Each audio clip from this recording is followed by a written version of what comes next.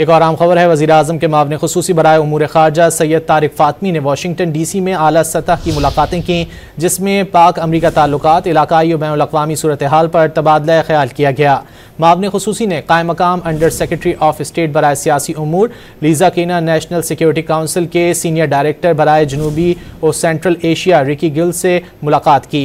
मामले खुसूसी ने अमरीकी कांग्रेस की खारजा उमूर कमेटी के रैंकिंग मेंबर ग्रेगोरी मैक्स, अमरीकी कांग्रेस की उमूर खारजा की ज़ेली कमेटी बराए जनूबी और सेंट्रल एशिया के चेयरमैन बिल हुई जेंगा और रिपब्लिकन पार्टी के सीनियर रहनुमा सेनेटर जिम बैंक्स से भी मुलाकात की। मामले खुसूसी ने कहा कि पाक अमरीका ताल्लुकात को तिजारत, माशी ताल्लुकात और सरमायाकारी रवाबित पर उस्तवार करने के ख्वाहां हैं।